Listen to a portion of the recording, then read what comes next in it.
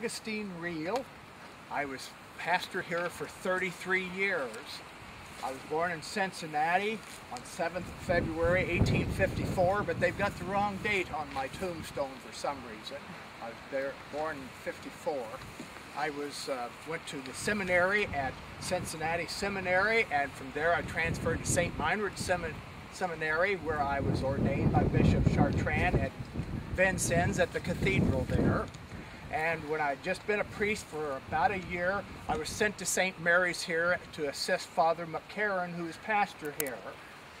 That was in July of 1879. And then in October, he was transferred to a parish in Evansville, so I became pastor here. And for my entire career as a priest, 33 years, I was stationed here at beloved St. Mary's Parish. Even though I was of German descent, my parents were both from Germany. The Irish that were here took to me very kindly, and so I felt much at home being around these people. The parish looks much different than what it did when I came here in 1879. Our church was only 12 years old.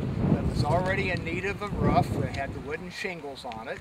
So we had parish collections of one type or another and a picnic and so forth to collect money for a new roof on it. It was a totally brick church. We didn't yet have the shamrock siding that you see on it now to make it look like stone. And we erected a picket fence all around our entire property here. So as soon as you came past the village, you could see the picket fence and see our church there. Many of the things that I worked very hard for us to get here at our parish, we maintained for many, many years. As a matter of fact, we were getting ready to put the siding on the church when I passed away because we had just remodeled in 1907 to get ready for the new century, even though it was already a few years into that. And we added the 2 sacristies on the back of the church, and the brick no longer matched up, and we had taken 2 windows out of the back of the sanctuary there, and the brick didn't match that either, so we were collecting money to start putting new siding on so you wouldn't notice that we'd done the remodeling on it. We had just prepared for building a new rectory also because we had the old rectory that was still there. It was cold and drafty, and that might have actually contributed a little bit to my death in 1916 at age 62. The school building was not there yet. It didn't get built until after the war. But we did have a school building down where the post office stands right now, and it was called St. John's School.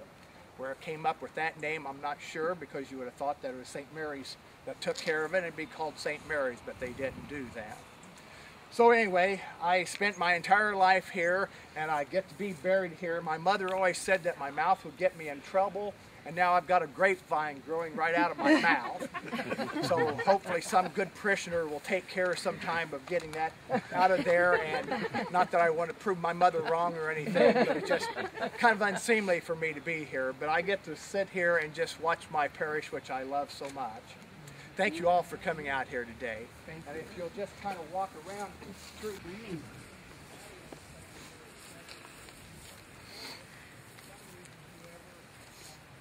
Well, I am Emma Summers Bird, and this is my husband, Matthew. I was born in 1870 to Hiram and Amanda Eddington Summers. My family lived in the Rose Hill area just east of Sanford.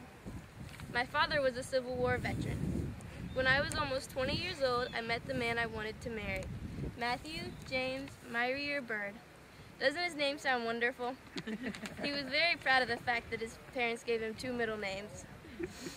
But my parents didn't like him at all, especially my father, because Matt Bird was Catholic.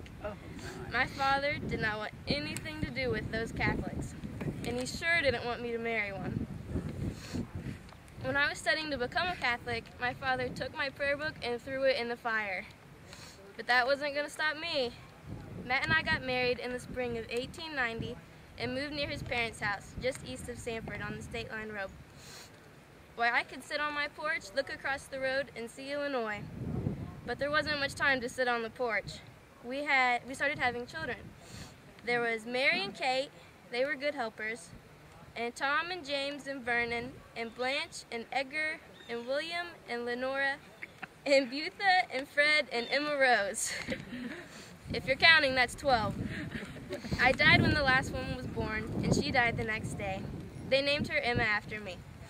I was 45 years old. Matt and the older girls tried, but they just couldn't take care of the younger children. The 2 youngest boys and the 2 youngest girls were sent to orphanages. You know, those children could have been without a father in 1907. If Matt had come home from work on time, he would have been on the train that had exploded in Sanford. But he and his brother, Ben, stopped for a beer before they headed home. If you step over the sidewalk, you can see Mr. Brown.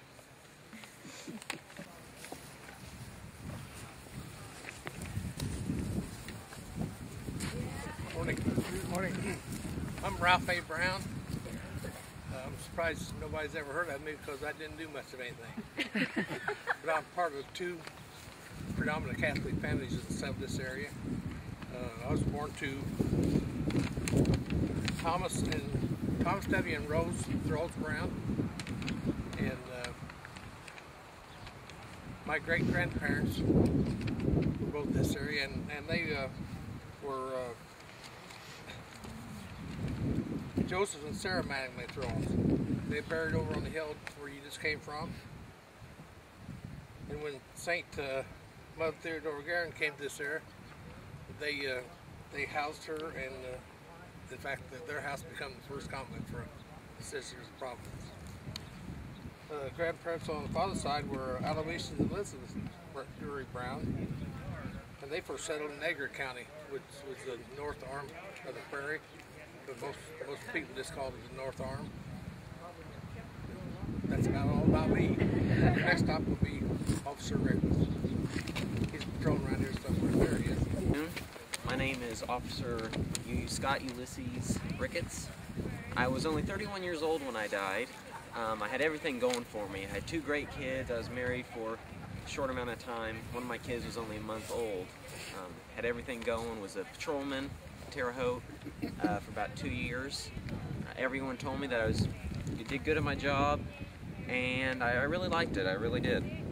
But that all came to an end. I was killed in the line of duty, but not by a gun or by a knife. I was bit by a puppy. It must have been rabid, because I caught hydrophobia, and I died within 3 months. They gave me a great funeral send-off.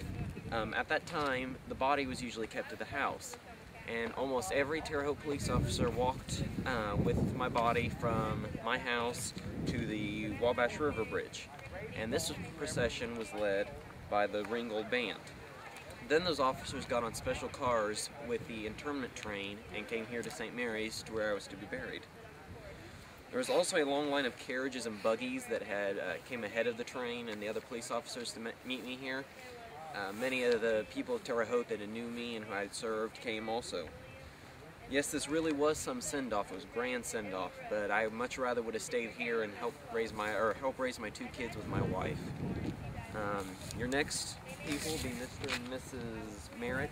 Be right over there. You just want to follow the sidewalk.